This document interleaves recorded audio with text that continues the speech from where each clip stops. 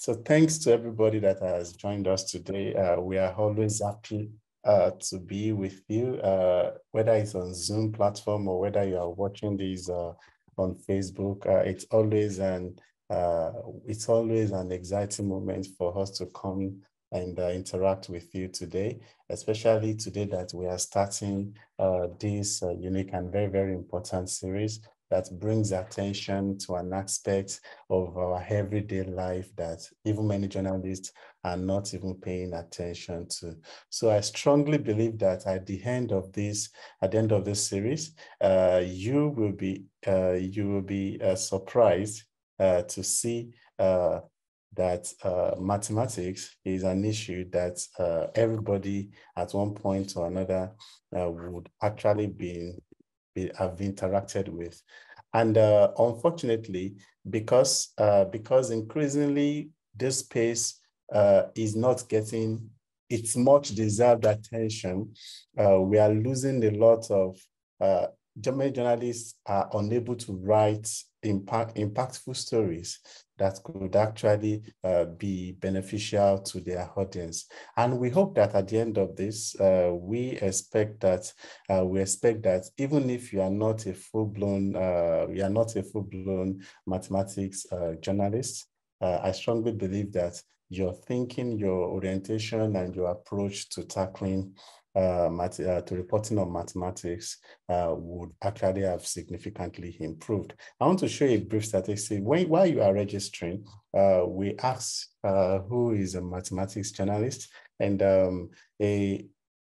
only 30, as you can see, only 17% of respondents, of participants identify as mathematics journalists.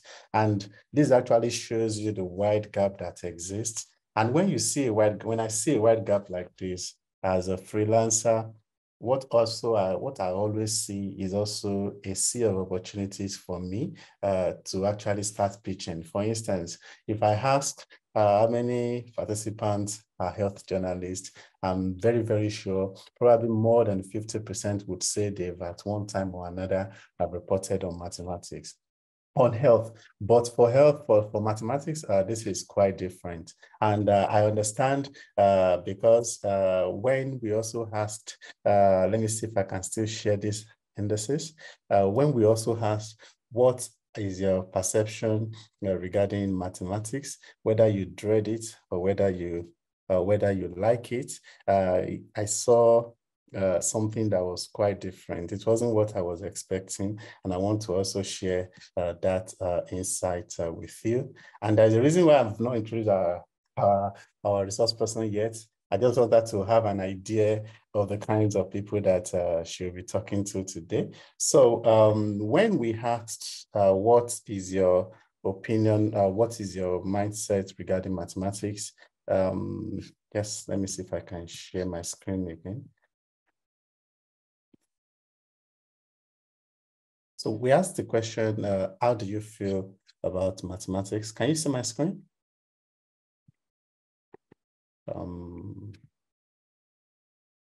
Yes, how do you feel about mathematics? Almost more than half said they like mathematics, which is interesting. 27% said they dread mathematics, while over 18% said they are actually indifferent about it. So if you match indifferent and dread together, we are having nearly half, so it's at equidistance. And hopefully by the end of this series, we hope this would have actually changed and more individuals are able more journalists are able to report on mathematics. And with this done, I would like to introduce our resource person. And this is actually a very long journey to this moment. And I'm really, really happy that we are able to have a truly professional mathematics journalist. And if by way of introduction, her name is Jordana. How are you doing today, Jordana? Can you say hello to her? Hi, I'm good. So if you don't know Jordana, she's a She's a senior math writer at Quanta Magazine. After graduating from Yale University with bachelor's degree in math and comparative literature, she did editorial work at Harper's Magazine, Politico, and Tea Leaf Nation, after which she now decided to become a science journalist. She started working for Quanta in 2017 as a biology writer and later switched a bit to mathematics. Her writing has also appeared in Scientific American, Nautilus Magazine, and other outlets. And I'm really, really happy that one of the things I really like about your story, Jordana, is the fact that you are at one point or another, you were similar, you were in this position. You weren't reporting mathematics right from the outset. You were reporting something else entirely, and you made a shift. And because you are able to make this shift, I strongly believe that your story would actually inspire and guide forum members that also want to embark on this journey. So thank you very much. I also want to say a big welcome to our forum members and everybody in attendance, everybody that is joining us on Zoom platform right here, and everybody that is watching this live stream on Facebook. And as we usually do, I would like to interact with you. So I've opened the chat box, and you can use the chat box to tell us your name, where you are, so that Jordana can use this information to properly guide specific examples or any insight that she may want to share in our presentation. So thank you very much. If on Facebook, please use the chat box, comment box under the video that you are watching right now. And thank you, Victor, for joining us from Brazil. Asip, thank you for joining us from Kashmir. Everybody, please, we are really, really happy that you can join us. And Jordana, as you can see, we have people from Kenya, Zambia, Brazil. We are really happy that everybody can join us today.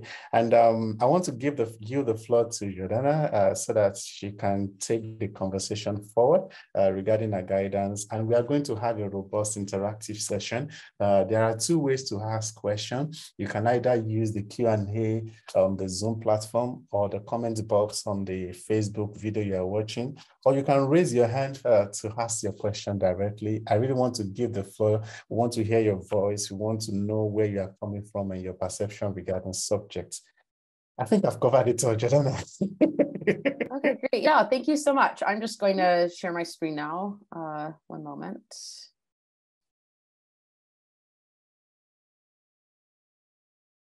Okay, can everyone see this? Yes. Great. Yeah, so I wanted to start with this quote that I really like by Galileo, where he basically says that the universe is written in the language of mathematics. And so to understand it, we really first have to understand that language. And I really like that quote because it gets at this idea that math is just all around us, from how an AI model or a cryptocurrency works to how an infectious disease spreads. There's math there. And so, math can be very important. It can be exciting, and it's often very beautiful. That said, it's often not covered so much in the popular media, which means that there are a lot of math stories just out there kind of waiting for journalists to find them. And that's really what I want to talk about today. What is a math story? How do you approach identifying, reporting, and writing one? And what are kind of some of the major challenges involved? Okay, so let's begin at the very beginning. What is math? People often associate math with what they learn in like middle and high school, which are kind of like concrete numbers and equations and calculations that can often feel pretty dry, to be honest. But really, math is a scientific discipline like any other, which means that it involves, experimentation and exploration. It involves making wrong turns and hitting dead ends. It involves debates and different ways of thinking. There's a lot of creativity in math, and really the subject is just full of, new and exciting discoveries. That said, like I mentioned earlier, it really doesn't get a lot of popular coverage, which leads to the next question, which is, what is math journalism? There are kind of several different ways of thinking about a math story, all of which showcase or use math in some sort of central way. For the purposes of this talk, I've divided them here into kind of three main categories. First, explanatory math pieces, and that includes news reporting. Second, data-driven investigations. And third, profiles. So let's take a deeper look at each type of story and look at some examples as well. First, explanatory pieces. There are kind of a few different ways that you could think about explanatory math pieces. So like I mentioned before, math really is its own scientific discipline. It's a very active area of research. And so that means that there are lots of discoveries in mathematics that are happening that experts find exciting and interesting and important. The same way that you might want to report on the discovery of a new exoplanet or on experiments that involve some sort of novel medication. There's a lot going on in math research right now that you might also want to write about. And a lot of my work at Quanta actually, kind of falls into this category. For instance, a piece that I wrote kind of recently dealt with what seems like kind of just a simple abstract geometry question. Say you have a collection of points in space. Can you find a certain type of curve that passes through all of them? And it turns out mathematically that this question can actually get very difficult if you're not looking at points in the plane, but are rather looking at higher dimensional spaces. And so I wrote a story about how this pair of mathematicians, a husband and wife duo, actually went and solved this problem. Now, that seems incredibly abstract and kind of removed from people's immediate day-to-day experience. But as with anything in kind of the basic sciences or in fundamental research, these kinds of results actually do give us a better understanding of the world around us. In fact, that example of the geometry problem, that question actually has a lot of practical consequences. It turns out that it's central to how we store and communicate electronic data, for instance. So if you've ever scratched a CD and can then still hear the songs that you would play on it, or if you've ever looked at the really clear images that come back to Earth from space missions, a lot of the reasons why those things are possible are because of work that's built off of that really weird geometry question about passing a curve through a bunch of points. And I feel like that things like that come up a lot. For instance, thousands of years ago, mathematicians were interested in studying special curves called conic sections. So for instance, circles and ellipses and parabolas. And, a long time later, a millennium later, this actually became a key part of our understanding of the motion of the planets around the sun in our solar system. On a similar note, mathematicians have been interested for centuries in prime numbers. So a number is prime if it can only be divided by one and by itself. And, mathematicians find these numbers interesting because they're kind of like the building blocks to all the other numbers that are used. And they also have a lot of, very interesting properties. But it also turns out that a lot of that mathematical research on the primes ended up being really important for developing ways to encrypt our data. So in the same way, mathematical discoveries that are happening today, it might not be completely obvious what their applications will be, but, it might be that a year from now or a decade from now or a century from now, there will be major applications. And so I hope that gives a little bit of a sense of why this pure math research is, worth understanding and understanding well. And I will say that, once you start to read more about it and learn more about it, it also is really, really beautiful. So that's kind of one purpose of explanatory math journalism. It's to provide readers with an understanding of just what's going on on the cutting edge of math research. That's this first bullet point here on this slide. The story is about what's the new thing that a mathematician or mathematicians have discovered and how have they discovered it?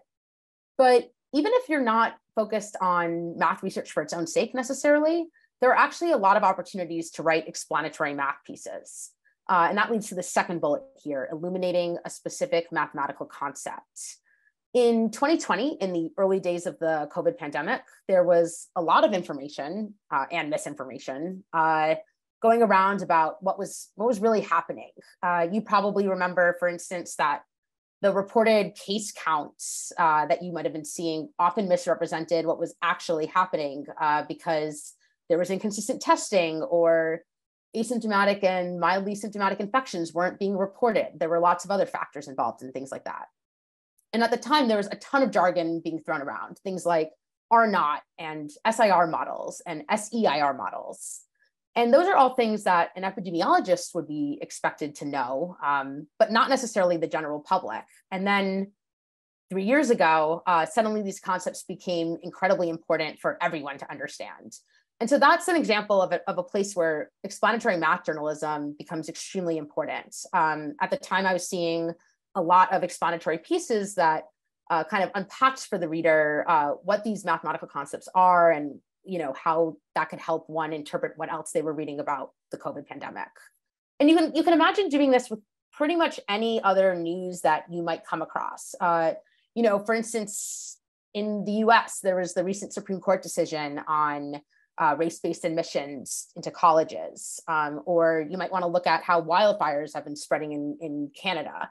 I don't know, pretty much any news topic, there's something mathematical that you can ask about what's happening to better understand it. And so that's kind of a second purpose of explanatory math journalism. It's to illuminate some sort of specific math concepts that maybe has become recently relevant for readers for whatever reason. I wanted to go through some examples in more detail. This is an article that I wrote for Quanta a few years ago. At the time during the COVID pandemic, everyone was looking to these epidemiological models I just mentioned for kind of like guidance on how to respond to the virus quickly and effectively. So these models were being used to give people insights into how the virus was being transmitted. They were being used to get a sense of how quickly case counts were rising.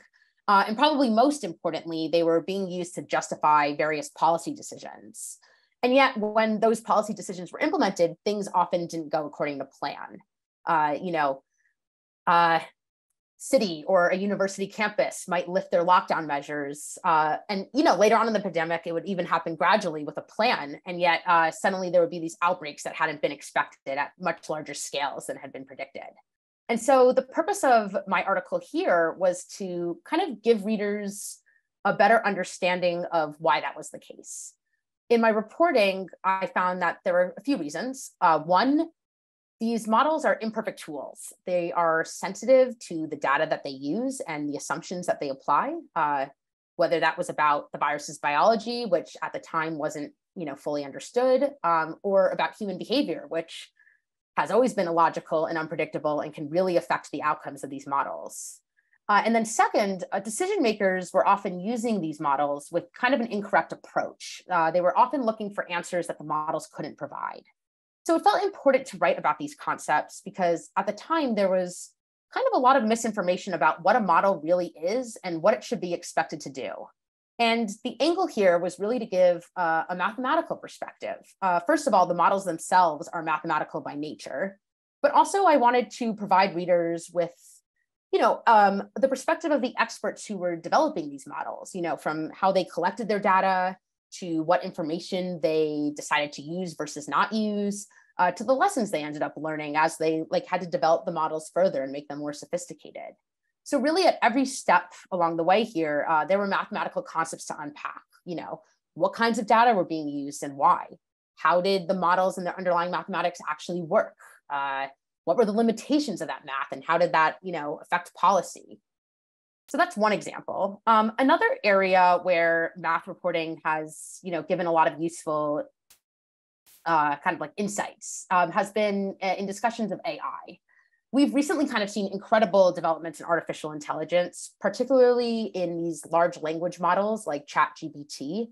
For those of you who don't know what a large language model is, it's essentially an AI algorithm that is trained on massively large amounts of data to be able to perform various language processing tasks, whether that's like summarizing or translating texts or predicting and generating new text. They're actually quite fun to play with if you haven't done that. So anyway, this article here, which was written by Siobhan Roberts for the New York Times, I think it was published just last week. It discusses how AI is kind of ushering in a new era in math research. It explains how AI has been already used to make advances in math. For instance, mathematicians have developed sophisticated AI tools to verify that certain theorems are correct. They've also been using AI to actually make new discoveries. Now, I didn't write this article, but from my point of view, this is something that's important to write about because it gives the reader a sense of how AI might be used to transform mathematical thinking and discovery in the future. The article really gets into like how mathematicians are grappling with these changes to their field, some of which are welcome and others maybe not so much.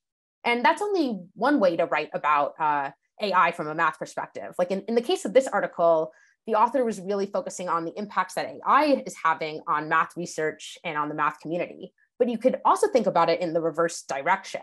Maybe you want to write an article that explains the math underlying how these models work as they, become more and more used in people's daily lives. Maybe you want to kind of understand why certain things work well in those models and other things don't. And that also comes down to the math. There have been a lot of issues with AI raised over the past several years, about the fact that AI is vulnerable to human biases, about how it can be used to spread disinformation. And so, I've seen reporting on all of those problems, but also you could think, mathematically, why do these challenges arise in the way that they do with these models? And what's, being done from the math and, theoretical computer science side to address those issues? So those are all questions that math journalism, and in particular, explanatory math journalism, can help to answer. And then, just one more example here. Issues like cryptography and privacy, that also often warrants math reporting. This here is kind of like a newsier math article that I wrote last year for Quanta. Just for some background, basically, today we use various methods of encryption to secure any online communication. So if I want to send a confidential message, or I want to make sure that a financial transaction that I'm making is secure, you're going to rely on various methods of encryption. That's very much relevant to all of our day-to-day experiences. But kind of separately, computer scientists are trying to develop quantum computers, which rely on quantum mechanics essentially to process information in a very different way than computers do today. And we know that if there were to be a powerful enough quantum computer, it would automatically be able to break all the encryption methods that we currently use to keep everything secure today. And so that means that mathematicians and computer scientists are already looking for the best way to achieve what they call post-quantum cryptography, where they want to have cryptography that can resist these potential attacks from quantum computers. My article here then had two goals. First was to report on some news that had just broken at the time, that this very promising way that people had thought would be, like a good way to do post-quantum cryptography, it ended up getting broken in kind of this like spectacular fashion. Like someone broke it in like an hour on a laptop.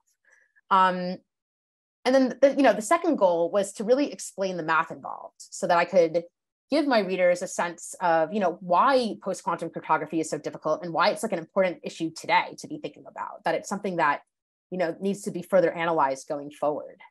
So here there was kind of already a news peg that identified the issue to the public. And so that already made it important to write about. But I didn't really want the reader to just walk away knowing this news, like, oh, this cryptography method got broken. I wanted them to really understand the math involved. Like, how did this potential cryptography method work? How did it get broken? Both things involved a lot of math. For instance, I ended up having to kind of explain how computer scientists construct these special maps between mathematical objects called elliptic curves. And now that's something that really only pure mathematicians care about for the most part. But here it was becoming relevant, for something that could one day affect anyone who uses the internet. Actually, interestingly, in this case, the way that this cryptography scheme got broken was that people went back to this old math theorem and used that to find a way to attack the encryption system. And the mathematician who had worked on that theorem at the time definitely did not have cryptography or computer science in mind when he was working on those ideas. He just was interested in the math. And so I feel like that further highlights why this understanding of kind of pure math concepts can be really important for then making sense of topics that, become topical or relevant later. And yeah, I mean, there are tons of subjects that lend themselves to this kind of, explanatory math reporting. Here are just a bunch of other examples where, other journalists, at least in part, used math reporting to, write stories about gerrymandering in elections, or about cryptocurrencies, or about algorithms and code. Really, it's possible to extract something mathematical from pretty much anything you might be reading or hearing about. And that means that there are a lot of opportunities to be writing these kind of explanatory math pieces. Okay, so that's one type of math story. Another is investigative data-driven reporting. And in this kind of reporting, you're essentially finding and telling stories using data. You're combing through large data sets to draw your own conclusions. And this is a very different kind of journalism than what I was just talking about, where you're reporting on, a new math result or explaining some sort of math concept to help the reader understand something going on in their lives. Here you're kind of like doing some math or some statistics on your own to find the story. So a data-driven story like this involves accessing and analyzing data sets, whether that's, environmental data or policing data or financial data, and then uncovering a story by analyzing that data. So let's just start with a quick example. In this ProPublica piece, journalists basically analyzed thousands of EPA reports on chemical emissions throughout the United States. And they ultimately showed that something like 250,000 people who live in these kind of like industrial hotspots of air pollution may actually be getting exposed to higher levels of cancer risk than the EPA considered to be acceptable. That might sound like kind of like a straightforward conclusion to draw, but it actually isn't, because oftentimes the data that's available to journalists isn't precisely what they need. So the reporters on this story might have had to go through emissions data from different factories and different companies. They might have had to go through weather data to see how pollution spread over time in various regions of the United States. There were probably a lot of different data sets and different factors they had to consider. And then that was just kind of to estimate concentrations of air pollution in different locations. They then needed to kind of combine that analysis with different ways of estimating cancer risk. And that let them kind of then write this article. So, there's a lot to consider here. You have to kind of figure out how to get your data. You need to figure out what data to include, what data not to include. There are probably different methods of analyzing the data. There are a lot of moving parts in a story like this. And there are lots of other kinds of data sets that journalists can look to find stories. Maybe you want to write about how you have questions about how is migration getting affected by climate change, for instance. And to even start to answer that question, you would want to look at and analyze data on, temperature, on water availability, on crop yields. You'd obviously need to look at immigration and migration data. And the same goes for, any kind of story you might want to write, whether that's looking to financial data or genetic or election data or whatever. Full disclosure, I don't really do this kind of reporting. I mostly focus on the explanatory kind of reporting that I talked about earlier. But I can say that data-driven journalism does require the development of some new skills. You, for instance, might need to learn to collect unorganized data to create more thorough databases, because again, the data isn't just always readily available the way you need it to be.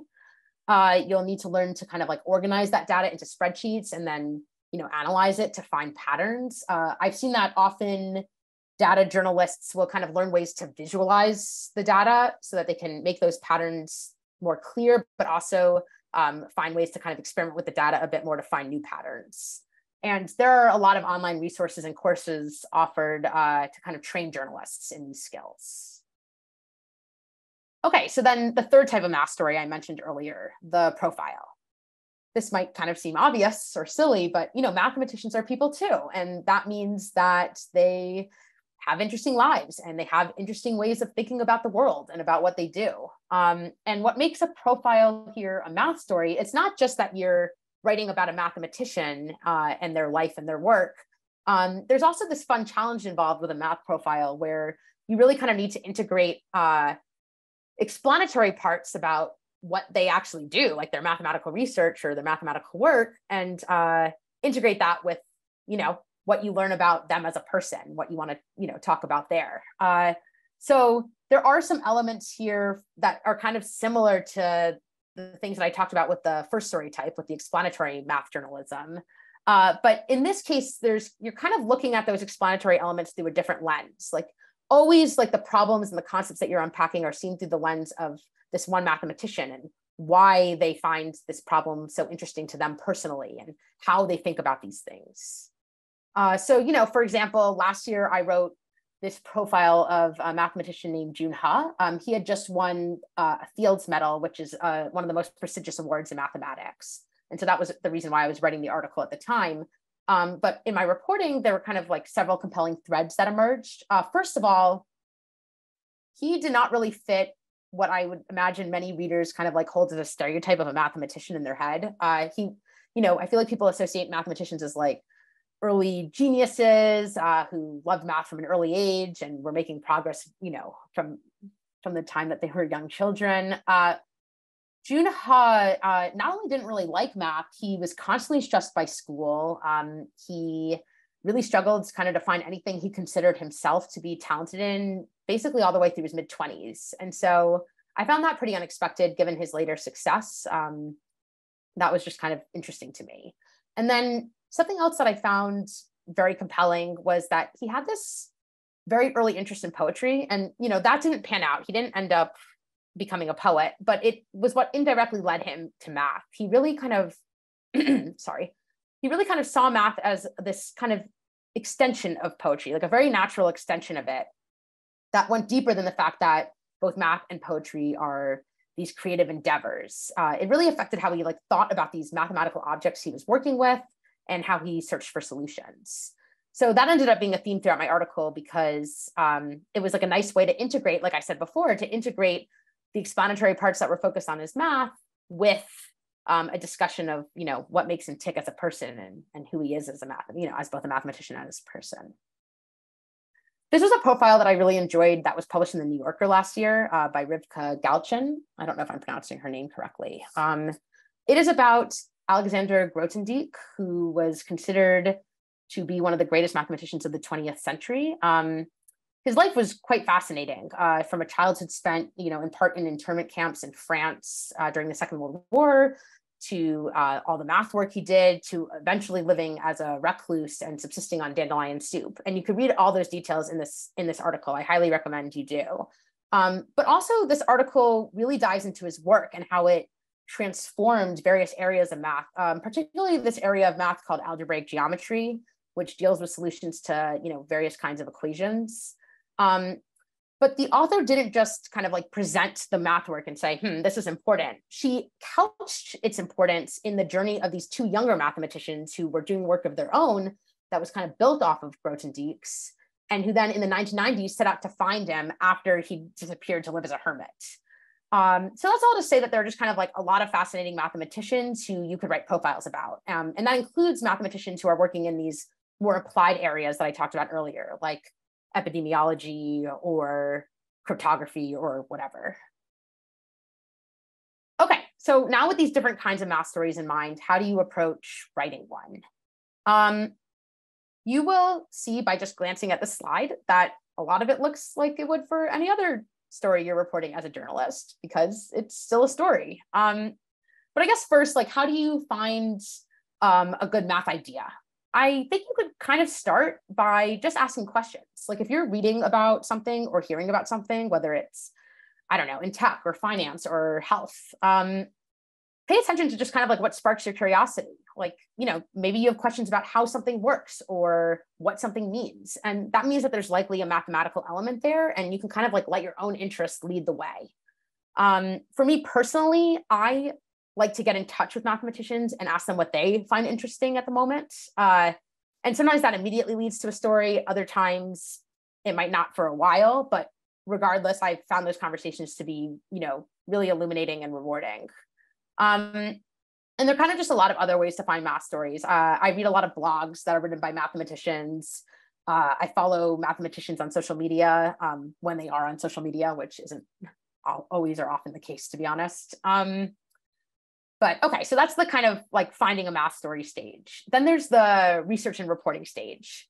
I will say that researching something math related can feel difficult. For one, a lot of math papers and things that are math related that you might be reading about online, they often rely on very complicated notation. They often assume kind of some sort of prior background or previous knowledge.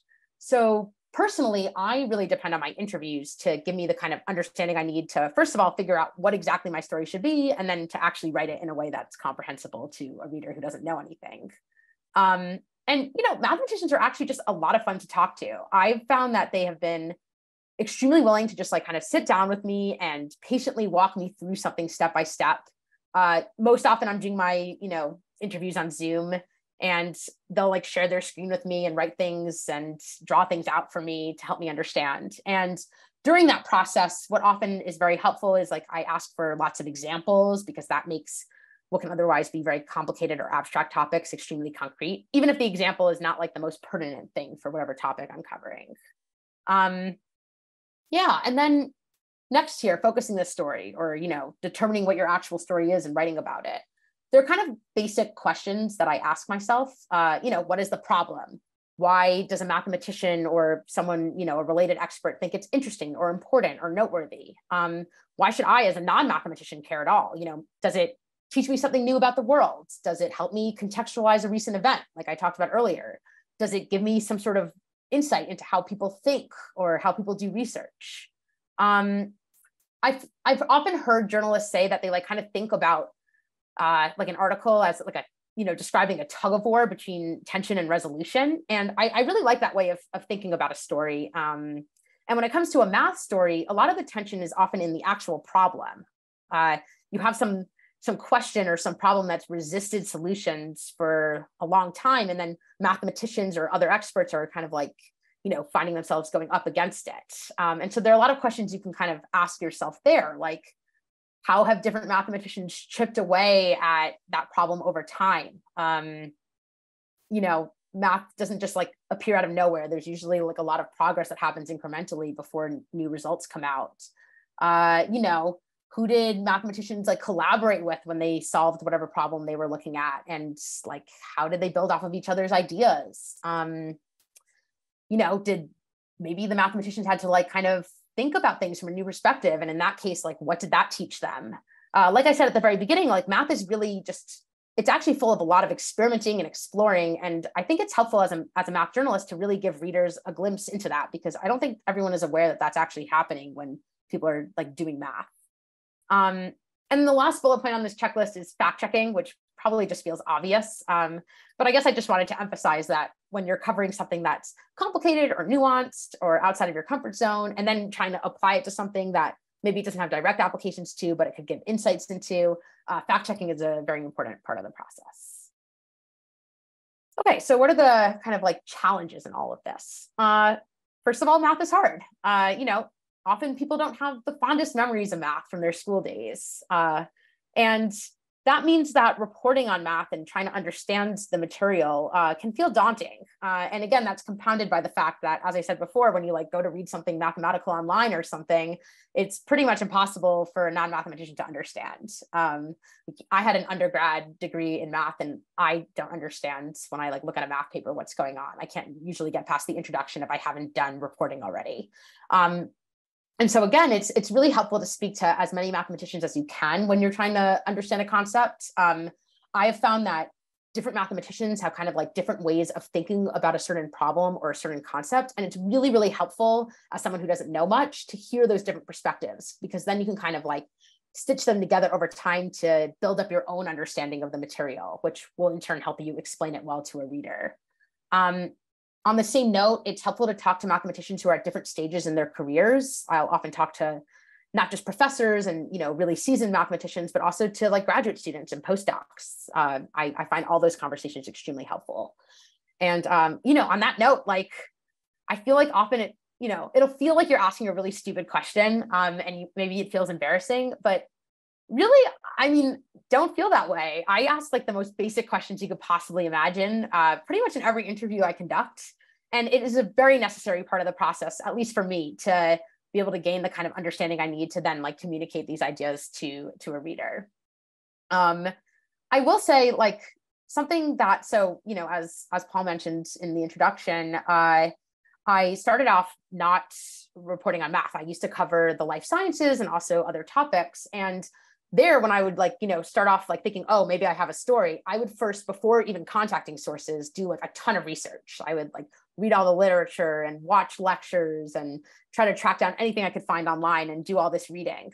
But with math, that's often not possible. And so it feels kind of uncomfortable. Like it might feel like you're going into some of your preliminary interviews less prepared than you would be for an interview on another topic. And I kind of just want to note that that's okay. I think a lot of math journalists like feel the same way. It's it's fine to like feel like you don't really know a ton as you go in. That's where, you know, the interviews just really, really matter. And it becomes important to like make sure that you're getting what you need out of the interviews. Anyway, those are all challenges kind of from the fact that like, oh, you know, math is kind of hard for the journalist to understand. But also there's a challenge in the fact that math is hard means that, you know, the reader might also not be intrinsically interested in some of these topics.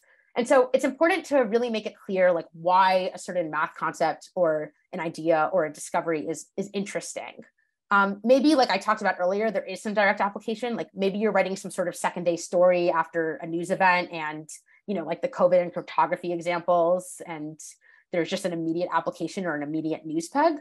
I often find in my own reporting that that's not the case. And as a result, for me, I found that, you know, the mathematical concepts and the math proofs themselves also like kind of tell their own story. They really provide this window into like how mathematicians think and how they make progress. And it, you know, the proofs themselves reflect this like struggle to understand the world. And I think as a journalist, like you can really make that sort of thing feel just as relevant to the reader as something with like more direct, like everyday applications. So anyway, that's all to say, this is challenging. But also math reporting is a lot of fun. As a math journalist, I've had the opportunity to meet and speak with just a lot of interesting people who think not only about math, but also about, you know, the world in really interesting ways. I find it incredibly rewarding to learn new concepts and to learn them well, you know, well enough to explain them to other people. Sometimes when I start reporting a math story, I can feel like a bit overwhelmed by how complicated things are getting.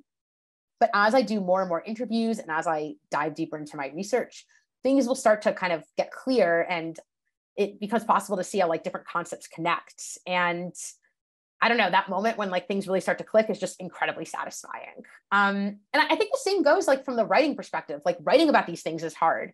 You kind of need to like step by step construct this like edifice for the reader where you're like carefully choosing exactly which bricks you want to use and where to place them. And that's a writing challenge and one I kind of relish, honestly, as a journalist. And then, yeah, I will say that readers have kind of responded in kind, I think. I think really many people just don't get a lot of exposure to math. And so it always makes me like really happy when I hear from someone who like didn't think they liked math or wasn't really interested in math and they like got something out of something I wrote. So what's next? Basically, as more journalists become interested in covering math, we'll start to see more math stories that are appearing also in more outlets. And, you know, that's really important for reaching broader audiences and expanding more people's appetite for math who might not have had the chance to be exposed to it in the way that, you know, I've been talking about it. What we really want to do as math journalists is show people why and how math is really relevant to almost anything and everything that they see and do, that it really actually helps to understand these concepts. And I'm not saying that, you know, a reader has to become a math expert. I'm just saying, you know, it would be great if they can start to understand some of the math and see that in doing so, they'll be able to start to appreciate like, you know, things that they might not have noticed before. And I think that's already starting to happen. You know, there's a lot more educational content about math online, like really, really good YouTube videos that have beautiful visualizations. And I think those have really started to show people that math is a lot more than, you know, what you might associate with it from your school days. You know, that it's important, it's interesting, it's beautiful. But really the more math journalism gets out there, hopefully the more interested in math people will become. So that's kind of the overview I wanted to share today. I guess people can ask questions now. I also have included my contact information if people have questions later. Thank you so much, and thank you for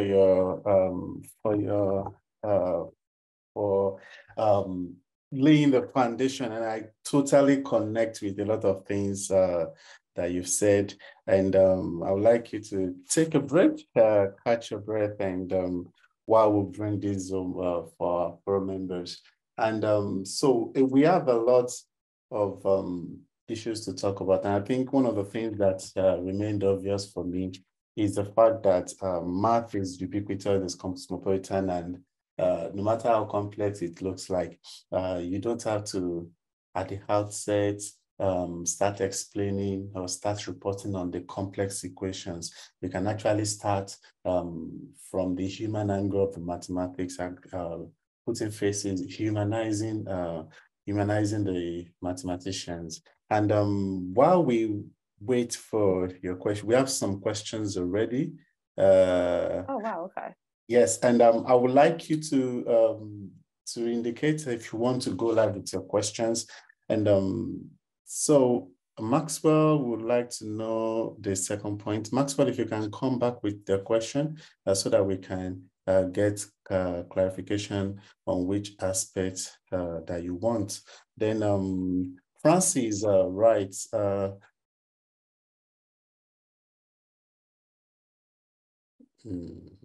I'm trying to proceed further than that.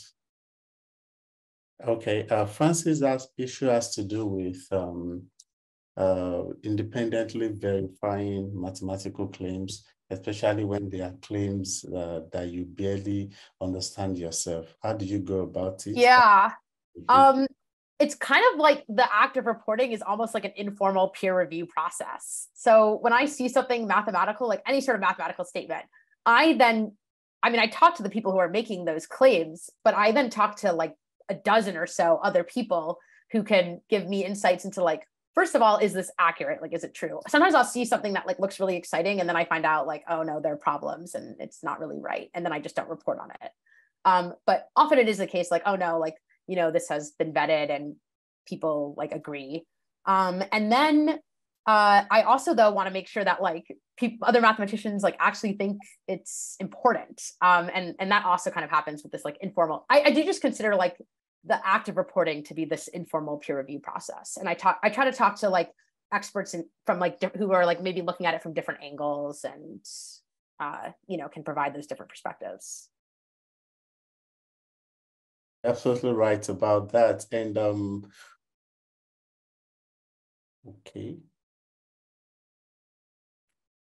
okay, Jane, would like to know, after conducting an interview with the mathematics expert, do you often go back? Is it okay for you to go back for the person mathematician to approve your explanation?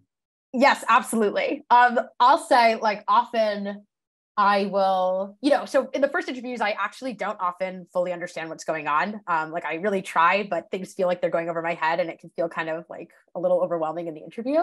And then I start to feel better. And then when I start to write, I'll realize, oh no, there are like holes in the logic here. Like I thought I understood this, but now I don't. And then it's fine. Absolutely go back to the mathematicians you talk to. I found that people are really willing to even get on the phone again. I will also just email back and forth with mathematicians. I find that a little harder. I think it's a little easier for experts to kind of fall back on jargon or like difficult notation if we're talking over email, or to assume I like know more than I might. So I prefer to just kind of talk, but either thing works. And certainly I often go back to sources again to make sure that I really understand. Thank you for that. I'm still looking at we have question forecasting and mathematical journalism. I think okay. Before I go, but there's this question that I have, which I think you can also still talk more about it, which is the fact that almost every aspect of the journalism almost every bit of journalism can be found in mathematics reporting. For instance, we have scandals too, people making false claims that they've been able to solve some of the toughest equations. I remember reading a story about one mathematician claiming to have already solved that problem. And some of the world's leading, most popular media houses actually published that particular story, only for several months for that equation to still be listed as unsolved. So, which begs the question, if somebody is making a bold claim and is a very difficult concept in the mathematics ecosystem, how would you have approached it differently? If the claim is false or if it's just difficult? If you say, okay, I've solved this mathematical equation and everybody around that person is saying, yes, that person has solved it, how would you have approached it differently if it's a problem, mathematical problem that the world still doesn't have an answer for, but a person is claiming to have an answer?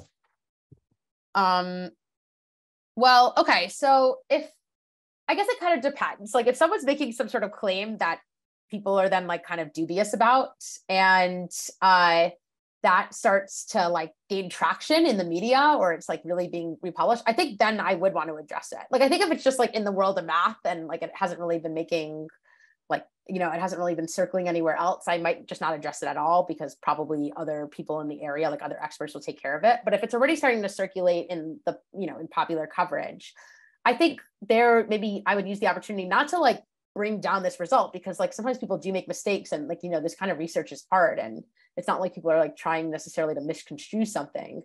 But yeah, I basically would like maybe use that as an opportunity to like, one, write the record, but then also explain like, why is this thing so hard, and like, why are mistakes made? You know, like maybe give other examples in the past, so like you're not just like singling out like one instance, because I do just think like maybe people don't realize like how much of a like any science, like any sort of scientific process, like there are hypotheses and things might not work out. And so yeah, I think that's how I might do it if it were something that I actually thought might be wrong. But I also feel like that often doesn't happen in pure math. That might just happen more with like claims about how relevant something might be to something else, in which case usually that gets taken care of like by the experts. Thank you. We have Callistus on the line. Callistus, you have the floor. Callistus? While we wait for Callistus, let's take another question. Maxwell is back with the clarification that we are used to humanizing stories. How does it work in mathematics reporting? I think like Jordana has rightly explained, it's all about, you can focus on the people involved in the research. You can focus on any other even angles that you want to explore, as long as it's possible. And I think do you want to add any addition to that regarding humanizing human stories in mathematics? I think Callistus, are you ready to talk now? Well, I guess to talk about like this humanizing of math stories, so obviously like the mathematicians themselves make for like interesting characters who humanize or like make the story more accessible, but also like the mathematical like objects or like the things themselves like were often like invented or like thought about by people. And so I think that is also like something that if you describe it in the right way, you can make that just as interesting, even if there's not like the most colorful human element to the story. You just, you know, you have to make sure that you're like kind of zooming out enough to like make it be about like big concepts that can like really strike a chord with the reader, so that you're not just immediately diving into like, here's a lot of technical stuff about how something works in math, because that probably won't be very interesting to the reader unless you've already done a lot of setup for why they should care. Absolutely. Thank you. David would like to know, how do you balance between knowing what readers want and drifting away into the deeps of math? Yeah, a constant struggle as someone who just gets really interested in going into the weeds. I think that usually what I try to do is keep like a handful of core concepts in mind, maybe like 2 or 3 at most, because there's only so much like, there are only like so many new concepts you want to introduce to a reader in an article and like ask them to actually remember it. Like you don't want to make the reader do too much work where they have to like then scroll back to the beginning of your story and be like, what was this again? And why did this matter?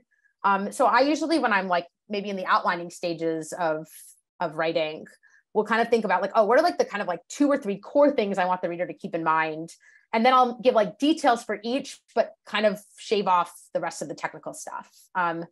As the journalist, you're going to be learning so much more about whatever you're reporting on than as with anything, right? Than what you end up writing about. And that's okay. Like, it's okay to just be like, great, this, like knowing all this like detail helped me understand the overarching concepts. And now I can like really present it clearly to a popular audience without getting into the technical concepts. I do feel like knowing them helps like to give you that bigger picture view. Like it's hard for me to just jump to knowing exactly what I should focus on if I don't know all the like little details. But definitely I wouldn't want to include all of it in an article. And I will say that's like something that is a struggle. And Editors certainly help a lot with that too. Though sometimes my editor will like look at a story and be like, these 2 paragraphs are not going into the article, goodbye. So yeah, thank you. Thank you for that. Jason Shego would like to know what technical skills are to be developed to present mathematical reports like in some of the example stories cited during your presentation. So what technical skills would you recommend for journalists that are interested in? Yeah, so I talked about kind of like 2 very different types of journalism. So for like math journalism more traditionally, which is the kind that I do, where you're like, again, just talking about like math research and unpacking some sort of concepts like, oh, I've seen a lot of like stuff about how people model the COVID pandemic. What do those models mean? That kind of reporting. I think the technical skills actually like really come to like how you do your interviews. Like it's not a lot of like, you don't need a lot of like math skills necessarily. Like some of my favorite math writers like had literally 0 educational background in math. They just got interested in math, and you learn a lot through the process of reporting on math, but they never like were learning math out of a textbook. And yeah, I feel very strongly about that you don't need that kind of like textbook based knowledge to report on these kinds of math concepts.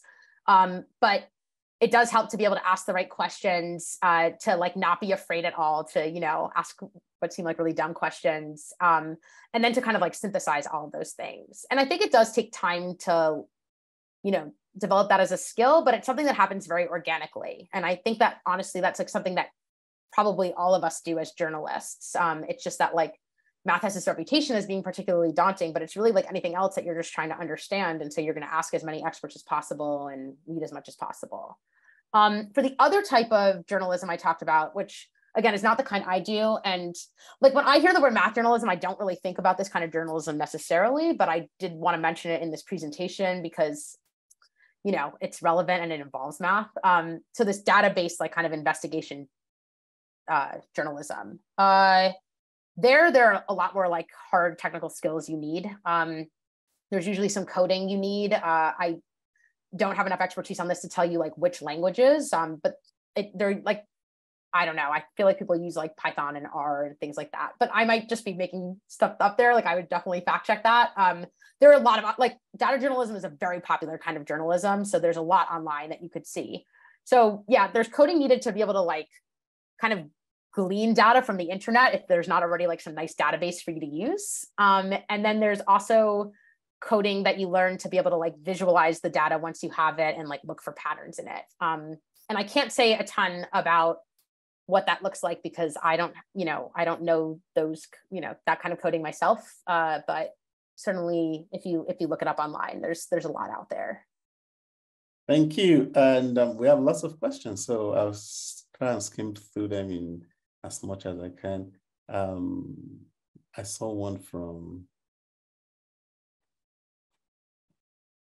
okay, Steve would like to know, what is the most useful math that you have learned that has given you the best insight into a range of contemporary math issues that you cover? Oh, that's a hard question. I feel like,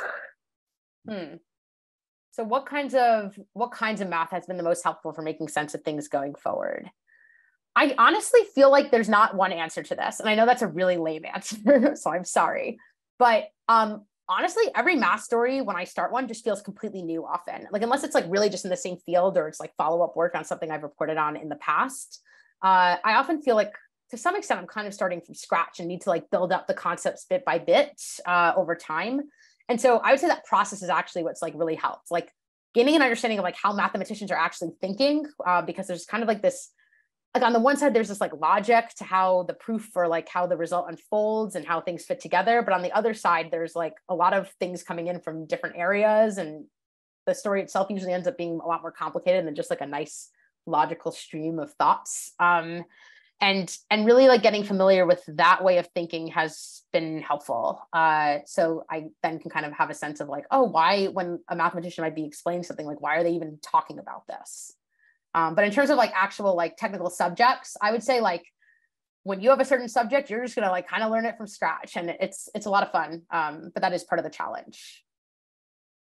Thank you. Rakia would like to know What is your advice on making mathematics stories compelling? On making it what? Sorry. Compelling mathematics. Oh, compelling. Yeah. Yeah. So we've talked about some of that. I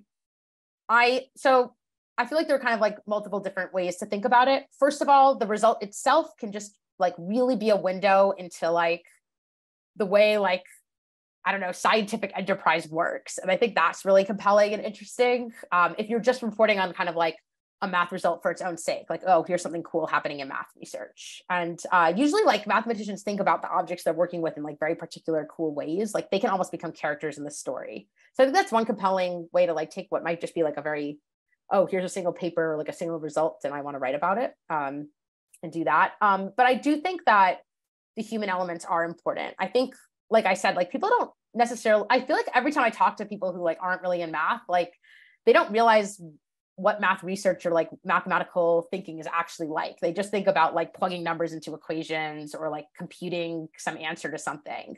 And a lot of these things don't have clear answers, and they're like new techniques you have to develop to tackle like questions. And I think like really describing that journey and how like that, you know, how those discoveries get made, that makes it compelling. Then of course, there's what I talked about earlier, where like if you're pegging this to a very specific application, that's kind of like a really straightforward way to give the reader like something compelling, like, hey, you've been reading a lot in the news about X, like, let me explain why that's important or why that, like how that works. Thank you so much. We have some questions that are overlapping regarding data journalism and mapping. Okay. I think one of them is a data-driven story relying on crowdsourced data. Does it qualify as a math story, or a data story probably using satellite imagery? Will that also not qualify as a math story? Interesting question. So the first question, is it crowdsourced data? Not always. So like sometimes you might need to like put in a FOIA request, right, to get certain data. I think it really ranges on what you're reporting on. Sometimes you're looking at actual reports that have been issued by some sort of agency, but maybe like kind of like the way the data is organized there, like you really have to pull it out of those reports. It's not just like nice and clear for you. I wouldn't say it's necessarily crowdsourced, but certainly like, and again, I can only talk about this in kind of a superficial way because I'm not a data journalist, but that is one way that people think about like collecting data. It doesn't have to be crowdsourced. I'm just trying to remember the second part of the question, which was what? The second part is also flipping it over, a satellite imagery data story. I'm not, so I think it depends on what exactly you're looking at. I would call that certainly a data-driven story. You're looking at images, you're pulling some sort of conclusion of your own out of what you're finding. I'm not sure it would be a math story, specifically. Okay. You know, but I feel like I've been a little loose with like how I guess I've been like more focused on like data-driven math stories that are like really using math. Like you're introducing some sort of like, you have to like, you know, develop some sort of model to think about something and therefore like use math of your own. So I guess if you're doing that with the satellite imagery, I don't know what that would look like. Maybe. Again, I tend to think about math journalism like very much in the sphere of like explanatory math pieces or, you know, unpacking concepts. So I think it really depends. Okay, thank you. We also have a question on trying to how can we overlap business journalism and mathematics? Do you have any? I would recommend looking up. So just a journalist who does a lot of like financial story type reporting, but like in a really explanatory, like deep math-based way is Matt Levine. I actually think in my PowerPoint I referenced, I didn't actually talk about it in depth, but he had this 40,000, I mean, it was something like really long, like a 40,000 word, like special issue in, I want to say it was Bloomberg Business. Please fact check me on that. But anyway, on the crypto, like when all the cryptocurrency stuff was happening like a little while ago, he really just like unpacked all of those concepts in a really clear way. So I think there's a lot of opportunity for this. Like I think people really don't understand like finance or, you know, financial data at all for the most part. I mean, unless you're already interested in that, and I've been reading up on it. And I think there's a lot of, there's certainly like a lot of room for writing explanatory pieces about any of those kinds of concepts. to make it like more journalism, like you'd want it, you'd want to peg it to like something that's happening. Like, why do we care about this now? Right. And not just like, here's something interesting, let's talk about it. Yeah, I highly suggest, I highly suggest checking out Levine's work. I think it's great. Yeah, thank you. Williams would like to know briefly, if I don't know math very well, can I study it first and report later, or is it possible to learn on the job? Definitely you can learn on the job. So like I said earlier, I often will go into preliminary interviews for a story, like knowing very, very little. Sometimes I'll like read a result and truly have no understanding of what's going on. Like sometimes there's a clear statement and I can make sense of like at least what the thing I'm reporting on is about. But sometimes I just don't have enough background information to even get at what the problem is really asking or why we care about the problem. And in that case, like, I don't think it's really that possible for a non-mathematician, which, I'm included in, to necessarily go to a grad school level textbook and understand. I just, it's written, like math stuff is written in such a condensed and like heavily notated way that it's just very hard for a layperson to understand. So I'd say that you learn most of what you learn on the job. And then so maybe you do like 2 or 3 interviews, start to gain a better understanding of the concepts, then you could try to go back to, something like an actual math textbook or something and try to see if you can understand. But like I said earlier, I really do rely a lot on the interview process. I totally agree with you. I think for personally to anytime I have found the interview opportunity as a good way for you to answer all your questions. I see it as a free lecture session. You ask this question. There is no scientist. If a scientist that spent time to conduct research, to publish article, that person would have read extensively. That person is expected to be an authority in that area. So that person should be able to simplify and explain that concept. It simply means if you cannot explain it to yourself, you simply cannot explain it to somebody else. So instead, so the way you structure your questions, I always start with questions like, why does this matter? Why should I honestly sometimes start even more basic and I'll be like, hey, what is this problem actually asking? Because sometimes I don't interpret it correctly.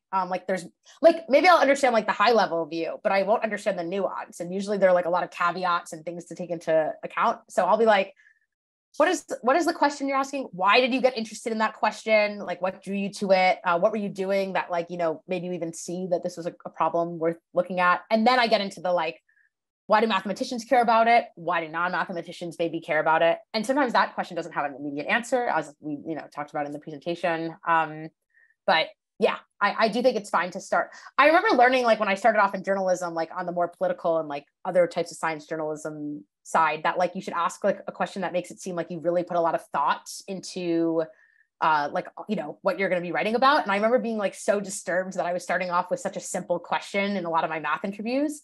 And it's never been an issue. Like, I think it actually is just really, otherwise you're going to be starting off at like too complicated of a level. And it's really important to make sure that like your basics are there.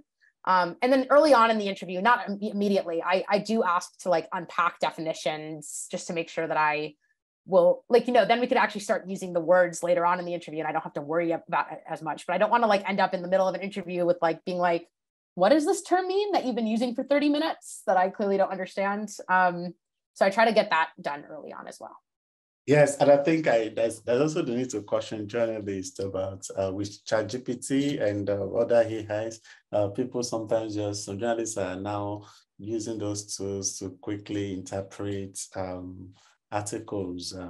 But if you read the caveat of all these AI tools, they're always warning you that these tools are not always accurate. So you have to be extremely careful. There is no other better source than the person that conducted the interview to ask.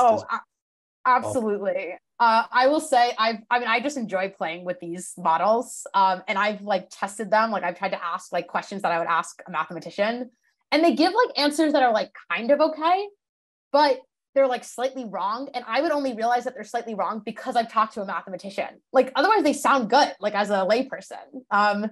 So it is a little, I wouldn't recommend using it for like these math concepts to try to understand them. Yes. Then we have a question from Alice. Alice would like to know, when doing a math story, what should you have in your mind specifically? I also want to learn from your experience when you did your first math story. Did you feel it was good enough, or you thought you could do more, and why? Okay, yeah. So my first ever math story was on, I'll start with that question, was on this number theory results called the Chawla conjecture, which I don't need to get too much into, but it was basically about like, if you look at a bunch of numbers, like how are certain like primes distributed? I feel like actually that's not quite right, but it's fine. Basically, it was just on this like very abstract number theory results that hadn't fully solved a question that was of interest to mathematicians, but it had made some major progress.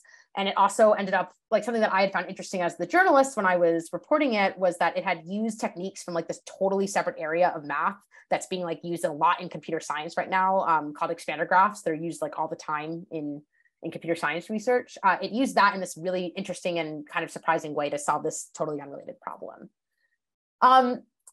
I think looking back on it, I mean, I feel like writers can commiserate. Like, is anyone ever fully happy with anything they write? Probably not. I will say like probably there were like, and this was a question that happened earlier, I probably did get a little bit too technical and in the weeds like later on in the story than I had to, and might have lost readers there. And I think that's just something like I've had to develop a sense with over time as I've reported on more and more math stories. Like, is this actually interesting? Because I feel like it's easy to fall into this trap of like, well, when I'm learning about these concepts, everything feels interesting. Like I just feel like I'm in school and like learning all this new stuff and it's fascinating and none of it is stuff I knew before.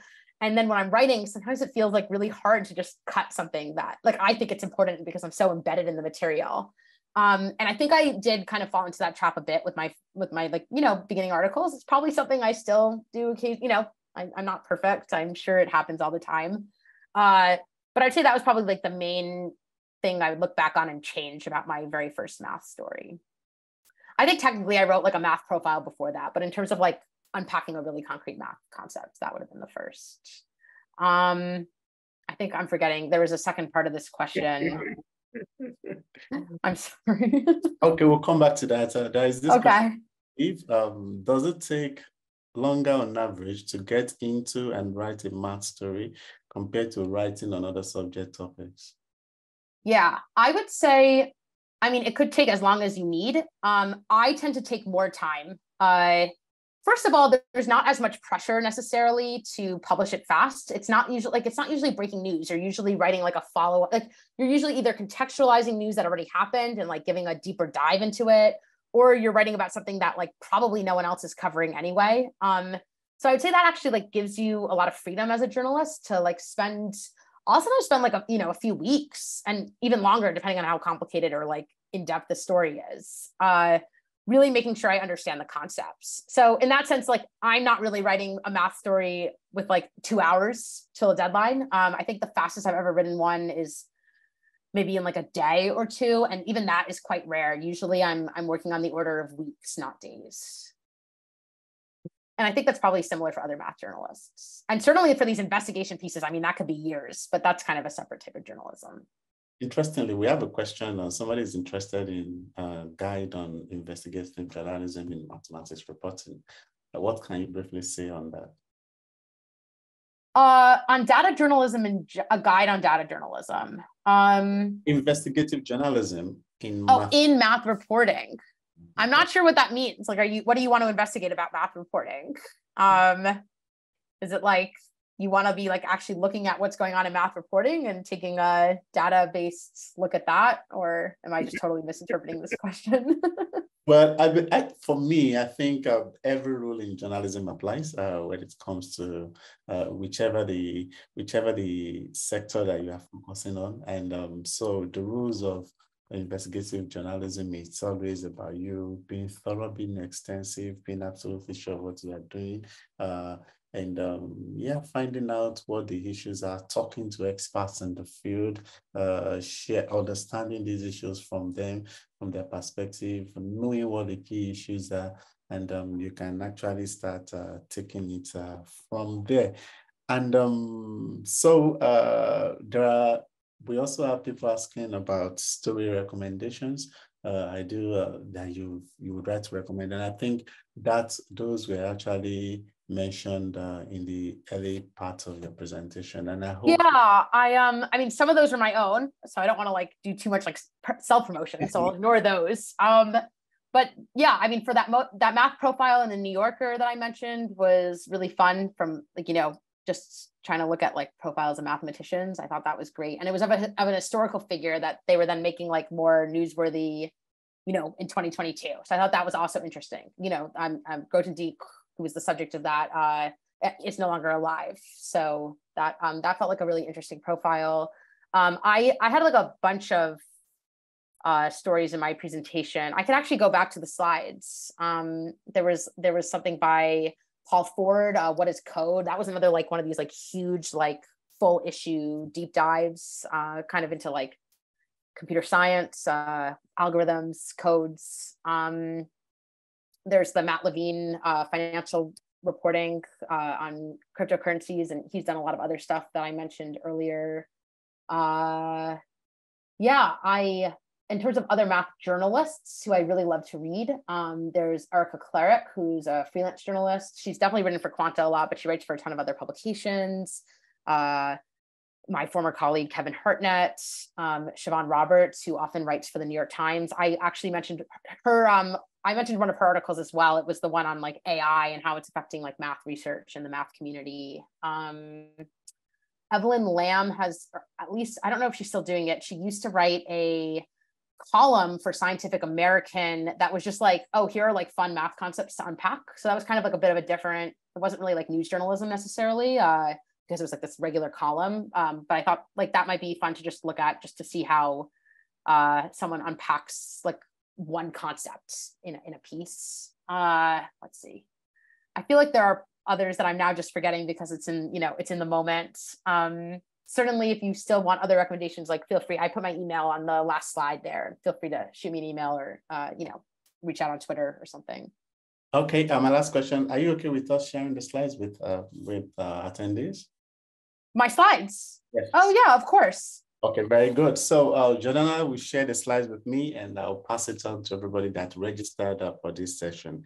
Before I ask for Jordana, you can catch your breath and drink water a little bit. Before I come to you for your last remarks, we would like to hear from you and quick insight, and is a way for you to actually share your experience and so we can properly guide you. So we just want to know what you have gained today and how you intend to apply it. It's not too much, just one sentence. It's a way for you to reevaluate and reassess what you've gained today and how you intend to apply. Share this with us and we'll look at how we can better help you. And do not forget, it's a continual journey. Next week, we have a mathematics innovator whose solution is helping to solve real life crises in some African countries and beyond. And the week after, we are going to have a panel with mathematics researchers from the US and also from the UK, from Oxford University. I look forward to that. And I'm also going to have another mathematics reporter that is going to help us still expand our knowledge on what this is all about and how you can better maximize these opportunities and resources, in addition to information about our reporting grant, which I will start telling you much about it today. Like Jordana has rightly mentioned, as a journalist myself, I'm always angry when procedures are really, really difficult, but we are trying to make this simple for you as much as possible.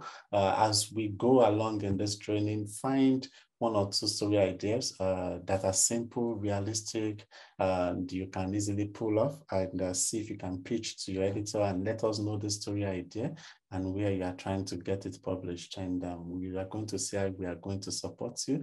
And of course, we have a $500 grant for any story that gets published within this period or on this issue. So that is the information I have to pass across. And at the end of everything, we also have a certificate for you, for everybody that is able to complete it. And we hope you also benefit from it. And one last information in the form, that I just shared is we are trying to create a WhatsApp group for mathematics reporting. And in this WhatsApp group, resources, slides, and other information that will be directly shared with members, in addition to information regarding reporting, mathematics reporting opportunities. So if you indicate to be in that group, please fill that form appropriately, and we will escalate it from there. And so that is what I have to share for now. Additional information will be shared next week and the week after. So I will come back to Jordana now for your last remarks and your advice for boarding mathematics journalists, individuals like journalists like us that want to also start this journey.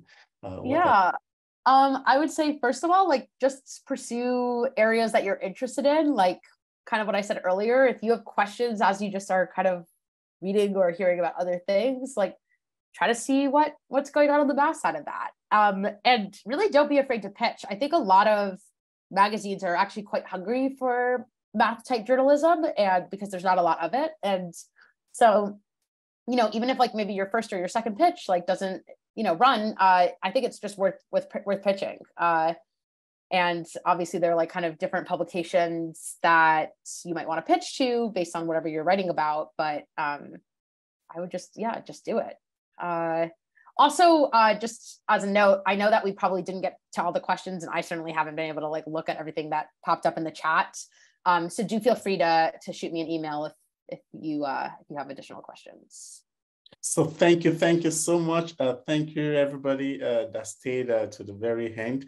Thank you very much. And if you also want to join, if you are not a member of our Facebook community, I encourage you to be part of it. The ICFJ's Family Award Forum on Global Crisis Reporting is always active, and we share information, tools, and resources too. So please do engage with us directly. And if you also want to know more about this initiative, about our crisis reporting project, check out the International Center for Journalists on www.icfj.org. And for more resources on several aspects of journalism, I recommend the International Journalist Network's website on www.ijnet.org. Video of this session will soon be available on the YouTube channel of ICFJ, and I'm going to share it in our WhatsApp, in our Facebook group when the video is live, hopefully within the next 24 hours. And I will take the conversation from there, and I'm going to see you next week. I'm going to share an email that will keep reminding you about the time for next week session, which will still be on the same day and the same time too next week. So many thanks to Jordana, many thanks to everybody that stayed from beginning to the end. I just want to appreciate and actually show Jordana where we have our participants from. Is actually we have people from all over the world. Thank you very much, everybody that joined us across the world. Also, our active Facebook community, it's also really engaging on Facebook. I'm really seeing a lot of conversations. I'm seeing lots of comments, 23 comments already, and appreciating everybody. I don't think there is nobody that is not gaining anything from this session. I just want to acknowledge our Facebook community too, that we see you. I'm actually looking at you. We see you. We see all your great comments. Thank you very much for joining our session today. We appreciate it. And we hope we've been part of your day. We hope you've had much fun. You've had a lot of that made, and like Jordana said, do not hesitate to reach out if you're having any struggle in your journey. And please, if you are able to do this, it is going to be an ambitious journey, and I wish you the best. Thank you, and enjoy.